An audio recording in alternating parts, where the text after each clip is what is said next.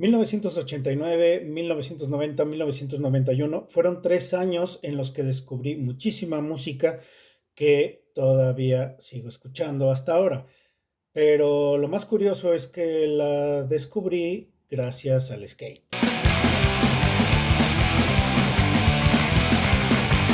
Yo no sé si soy melómano o si en realidad simplemente me gusta escuchar música nueva, música de todo el mundo. Recuerdo que de pequeño mis papás tampoco es que escucharan tanta música. Los Beatles, Cat Stevens, cosas de esas. Y por otro lado, en 1979 me regalaron mi primera patineta, que era una Penny, estas patinetas de plástico. Con esa Penny pues aprendí a ponerme de pie, a deslizarme, a empujarme y ya a tener bastante equilibrio sobre la tabla. Yo tenía apenas 6 añitos. Y en esa época recuerdo que en la casa había 3 cassettes, que seguramente eran de mi papá y pues yo los agarraba para escuchar música. Uno eran los grandes éxitos de los Beatles. Otro era La noche en la ópera de Queen y el Back in Black de AC/DC. Los Beatles no me llamaban tanto la atención en realidad. De hecho, incluso ahora no los escucho. The Queen sí me atraía bastante la música que hacían, sobre todo, bueno, ese discazo que tienen, pero sobre todo, AC/DC fue un trancazo. Lo ponía todos los días. El Back in Black sonaba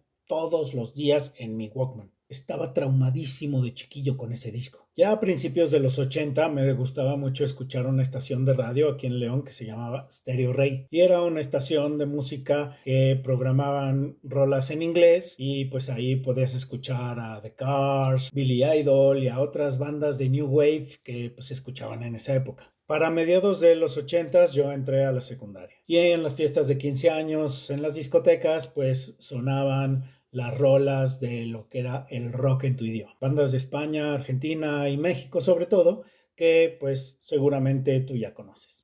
Pero también en esos años se hicieron muy populares algunas bandas de lo que mucha gente creía que era heavy metal, pero que en realidad eran grupos de hard rock o de glam rock, o más bien glam metal. Pero en esa época nos parecían muy locas porque pues, traían todos los pelos largos y traían estas vestimentas exóticas, Motley Crue, Poison, Guns N' Roses. A mí me gustaban mucho Rat y White Lion. Y ya en la onda más heavy, pues me gustaba mucho el And Justice for All de Metallica y me volvía loco, incluso ahorita todavía lo escucho muchísimo, el Operation Mindcrime de Queensryche. Tomemos en cuenta que para 1989, hace 35 años, pues no había internet, no había Spotify ni YouTube. La manera en la que podíamos conocer música nueva era pues a través de la radio, algunos programas de televisión, en las discotecas y en algunas revistas impresas. Estaban la Rolling Stone o algunas de heavy metal que creo que eran la Kerrang o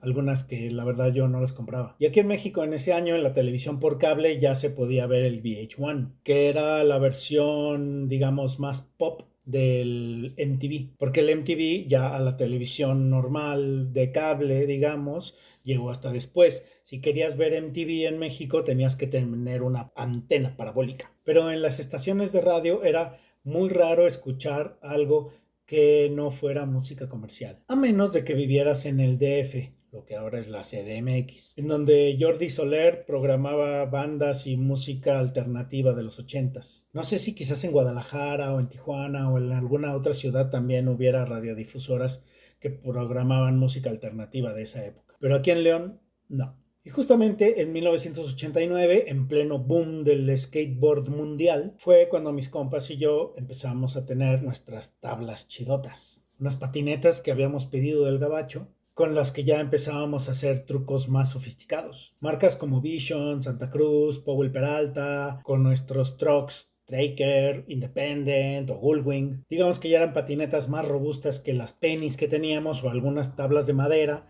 que pues aunque ya eran más sofisticadas, no llegaban a ser las profesionales que empezamos a tener a partir de 1989. Y otra cosa que para mí fue muy importante en el skate fueron las revistas de skate. Las dos más importantes eran Thrasher y Transworld. Y la Thrasher tenía en sus últimas páginas una sección en las que hablaban de música. Y bueno, las revistas que ya habíamos mencionado, las Rolling Stones o las revistas de heavy metal, pues hablaban de los mismos grupos que ya escuchabas más o menos en la radio o que veías en programas de la tele, o sea, el mainstream. En cambio, Thrasher publicaba contenido sobre bandas que nadie conocía, el underground de ese momento. Y sí, de repente había algún artículo sobre The Cure o de Psychedelic Furs, pero sobre todo hablaban de bandas californianas y gringas que tocaban en universidades o en barecitos, lugares a los que frecuentaban los skaters. ¿Y cuáles eran esas bandas? Había de todo, y ahora las reconocemos un poco más. Algunas no dejaron de ser underground y otras llegaron a convertirse en fenómenos históricos. Fíjense, ahí les va una lista de grupos que aparecen en la sección Notes, que así se llamaba la sección de la revista Thrasher que hablaba de música, desde enero de 1989 hasta diciembre de 1991. Y ahí estaban los Bad Brains, Dinosaur Jr., Sugar Cubes, Sick of It All, No Means No, All, Danzig, Ramones, Fate No More, Agnostic Front, Soundgarden, Nine Inch Nails, Testament, Alice in Chains, Nirvana, incluso en 1989 sale por ahí anunciado el Bleach antes del Nevermind, Firehose, Creator, Sisters of Mercy, Sonic Youth. Esas son algunas de las bandas. Luego había un montón que yo la verdad muchas de ellas pues no me gustaban o no me atraían o simplemente pues nunca las escuché. Por ejemplo, hablaban mucho de Gigi Allen, que era un ponqueto muy radical, al que la verdad nunca me gustó mucho. O también había artículos sobre G-Word, esta banda que se disfrazaban y que aparecían todos mugrosos y todos llenos de sangre y con los genitales de fuera y todo, que la verdad es que a mí su música pues no me gustaba y que evidentemente no puedo poner la imagen porque pues me van a tomar el video. Pero bueno, todo esto para este momento en el que les voy a decir 9 de los discos o bandas que me traumaron durante mucho tiempo, durante 10 años, toda una década estuve escuchando a estos discos o estas bandas y que descubrí a partir de la revista Thrasher. Algunas de estas bandas después se hicieron más famosas con otros discos, pero en 1989, 1990 y 1991 sacaron los discos que voy a mencionar y que para mí fue la manera en la que los conocí. Y ya cuando llegaron sus discos más mainstream, pues yo ya los conocía un poco más y que igual los disfruté. Pero estos primeros discos que les voy a mencionar me volvieron loco durante mucho tiempo. El primero es de un grupo de metal industrial que se llama Ministry, que es quizás la banda industrial que más me gusta, por lo menos de Estados Unidos. Fueron antecesores de Rammstein y de muchas bandas industriales, y ellos sacaron un disco que se llama The Mind is a Terrible Thing to Taste, y es un discazo. Todavía lo escucho, todavía lo tengo en mi celular, por lo menos escucho una rola de ellos una vez a la semana. El rock industrial desde entonces me pareció fascinante. Me encantaba esta mezcla entre sintetizadores, secuencias y guitarras distorsionadas.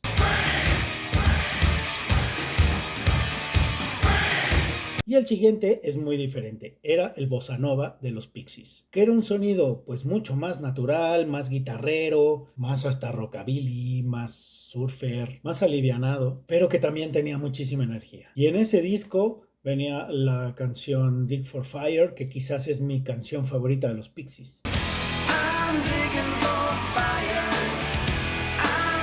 Y luego, por alguna razón, porque lo había visto en la Thrasher, compré en cassette el Frizzle Fry de Primus. Y eso era una locura. El bajo de Les Claypool y las baterías de Herb Alexander me volvían loco. Porque aparte, en esa época yo ya estaba empezando a hacer mis pininos en la batería. Y el Frizzle Fry es increíble.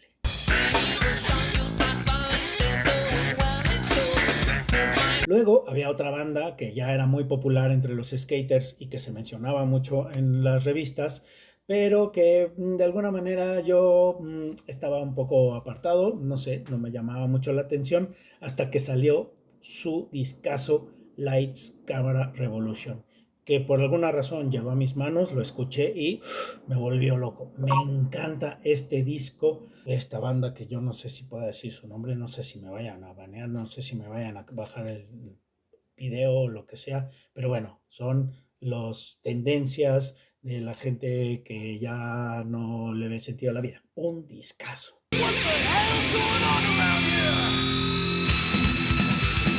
Y luego conseguí otro disco porque de esta banda hablaban muchísimo, sobre todo hablaban muchísimo de sus conciertos. Decían que los conciertos de este grupo eran increíbles, porque aparte presumían mucho que los boletos costaban solo $5 y que eran de los mejores conciertos a los que podías ir. Y esta banda era Fugazi. Y yo los conocí no por su disco Repeater, sino por el Steady Diet of Nothing. Que bueno, fui, compré el cassette y la primera vez que lo oí yo dije, uy, ¿qué es este ruidazo? Porque yo nomás oía las guitarras que hacían demasiado ruido, pero era algo que yo no entendía muy bien, pero sin embargo me gustaba.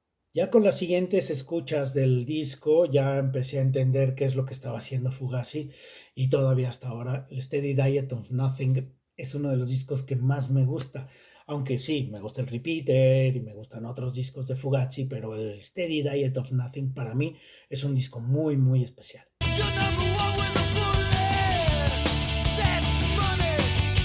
Y luego salió el Mother's Milk, que espero que no me baneen o no me quiten el video por poner la portada de este disco. Y claro, llamaba muchísimo la atención la portada, pero esta también era una banda de la que hablaban muchísimo. ¿Por qué? Pues porque la cultura skate, California y demás estaban muy involucradas en la escena donde se movían en ese momento los Red Hot Chili Peppers. Era una banda súper famosa entre los skaters. Pero aquí en México se dieron a conocer hasta su siguiente disco, el Blood Sugar Sex Magic, que es una obra maestra, pero antes de ese estaba el Mother's Milk.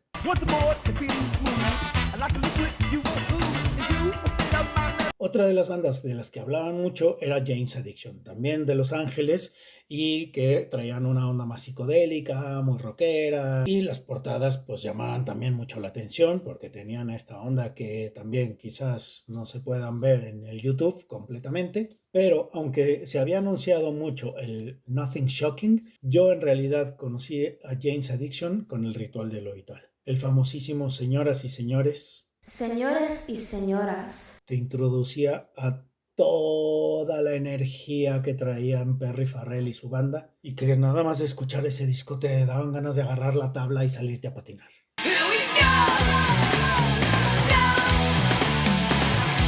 Y luego estaba una de las bandas que se volvieron una de las bandas más importantes y una de las bandas más queridas y más escuchadas por la banda del skate. Escuchas cada disco de Bad Religion y no haces otra cosa más que pensar en subirte a una tabla y darle a una rampa. Y realmente no me acuerdo cuál fue mi primer disco de Bad Religion. Creo que fue el Suffer o el Against the Grain, pero bueno, en esa época anunciaban mucho el No Control. Y cuando llegó el Generator, yo ya estaba obsesionado con Bad Religion.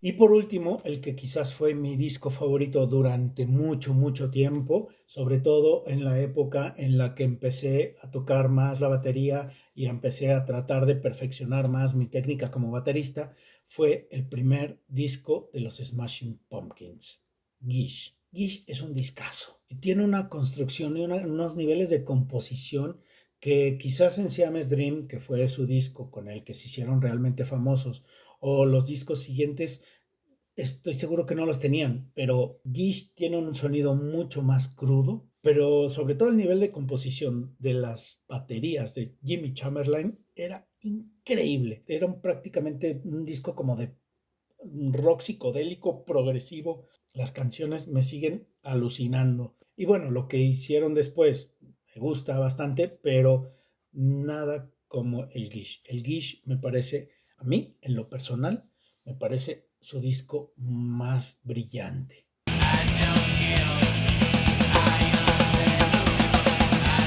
Y bueno, esto es lo que me pasó hace 35 años y que sin duda son momentos que marcan mucho tu vida, marcan mucho la forma en cómo ves la vida, en quién eres, en cómo eres y en las cosas que te gustan. Así que por eso y por muchas cosas, gracias Thrasher Magazine, por tantas cosas tan bonitas.